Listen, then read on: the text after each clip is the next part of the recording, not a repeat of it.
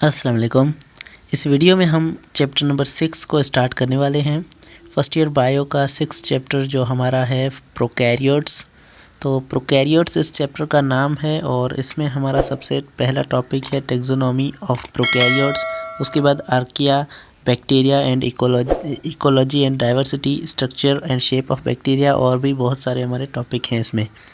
तो ये सभी टॉपिक आहिस्ता आहिस्ता स्टडी करेंगे। सबसे पहले हम प्रोकैरियोट्स की जो है वो डेफिनेशन देख लेते हैं। ये होते क्या हैं ये पहले जान लेते हैं।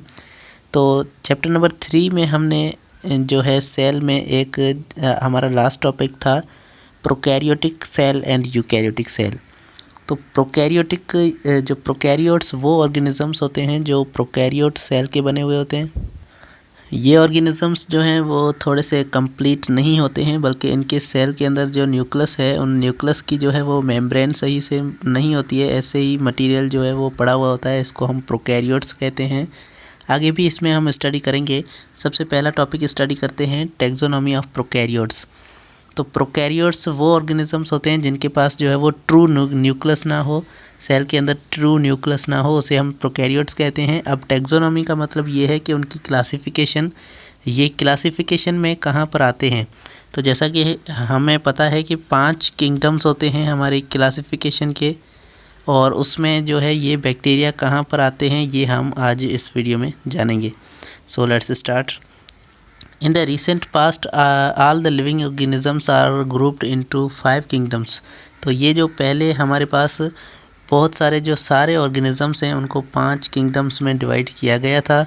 And prokaryotes were placed into the kingdom Monera, और जो किंगडम मोनेरा था उसके अंदर सारे प्रोकैरियोट्स को रखा गया था। तो प्रोकैरियोटा भी कहते हैं इस किंगडम को। तो प्रोकैरियोटिक जो है वो सारे किंगडम मोनेरा के अंदर आते हैं, ये हम पहले ही स्टडी कर चुके हैं, हमें पता है। But now the status of classification has been changed in late 90s। लेकिन अब जो है वो सारी क्लासिफिकेशन जो है वो चेंज हो चुकी है। पहले हमारे पास 5 किंगडम्स होते थे, लेकिन अब जो है वो क्लासिफिकेशन का पूरा जो स्टेटस है वो चेंज हो चुका है 90s में। तो अब क्या है, the pioneer work had been conducted by Carl Woese. तो कार्ल वूज क्या है, ये एक साइंटिस्ट का नाम है और इन्होंने 1990 में एक जो है क्लासिफिकेशन दी।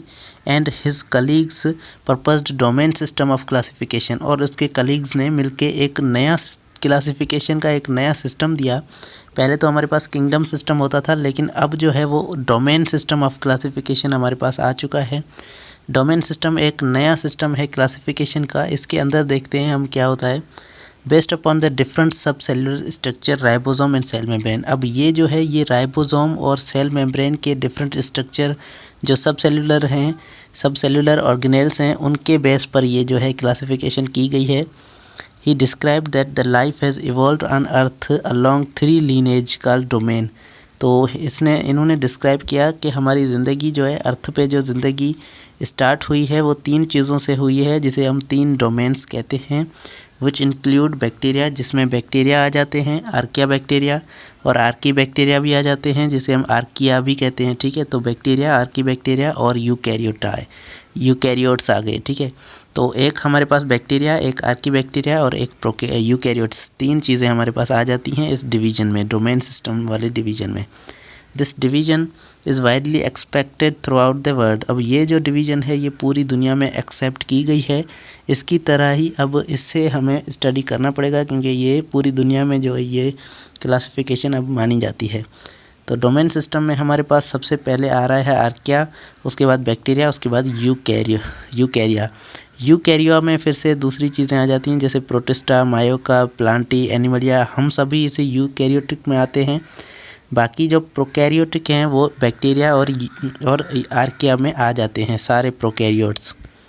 उसके बाद हमारा अगला पैराग्राफ कह रहा है कि in view of recent classification 2 out of 3 domains eubacteria and archaebacteria are prokaryotes. तो इसमें जो है हमारे पास 2 चीज़ें बैक्टीरिया और आर्किया, यानी बैक्टीरिया को यू बैक्टीरिया उन्होंने कहा हुआ है और आर्किया को इन्होंने आर्की बैक्टीरिया कहा हुआ है। तो यू बैक्टीरिया और आर्की बैक्टीरिया मतलब आर्किया और बैक्टीरिया, ये दोनों जो है ये प्रोकैरियोट्स हैं।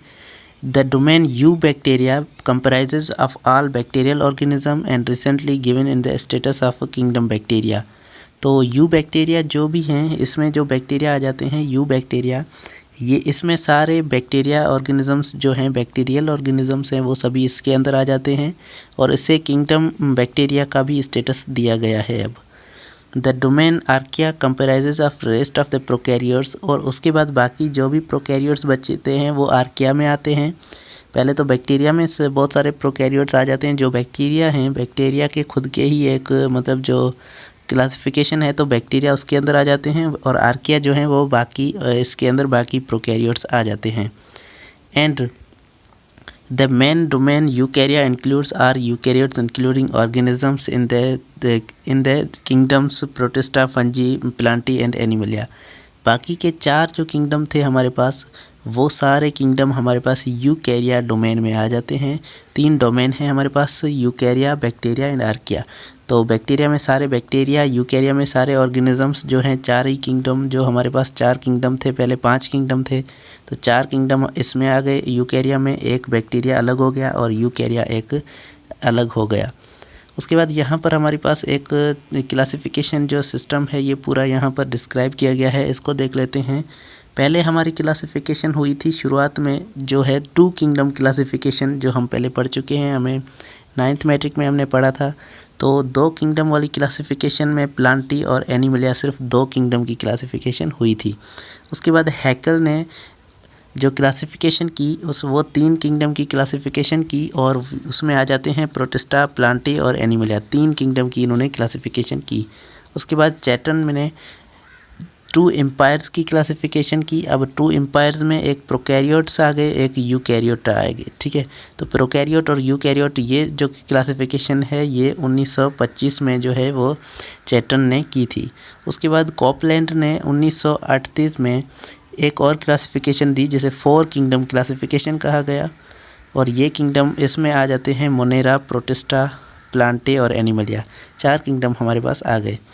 उसके बाद ये विटकर ने एक और क्लासिफिकेशन दी, 5 किंगडम की क्लासिफिकेशन की, जो हमारे पास अब तक के लिए चलती आ रही थी, जिसमें मोनेरा आ गया, प्रोटिस्टा आ गया, प्लांटे, फंजी और एनिमलिया। ये अभी तक जो है, हम पिछले बुक में भी ये यहाँ तक हमने जो है क्लासिफिकेशन पढ़ी थी। लेकिन ये जो अभी वाली क्लासिफिकेशन हमारी आई है 3 डोमेन वाली, ये एक नई क्लासिफिकेशन आई है। इसके अंदर हमें जो ये हमारे पास 1990 में हुई क्लासिफिकेशन, 3 डोमेन्स आ गए इसमें। एक है बैक्टीरिया, एक है आर्किया, एक है यूकैरिया।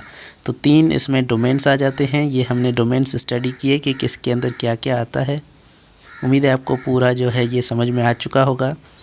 फिर से एक बात बता दूं कि यहाँ पर यूकैरिया जो है, इसके अंदर सारे प्रोकैरियोट्स आ जाते हैं, इसके अंदर सिर्फ बैक्टीरिया आते हैं, और ये जो है इसके अंदर हमारे 4 किंगडम्स जो हैं वो आ जाते हैं यूकैरिया के अंदर, क्योंकि ये सारे यूकैरियोटिक होते हैं।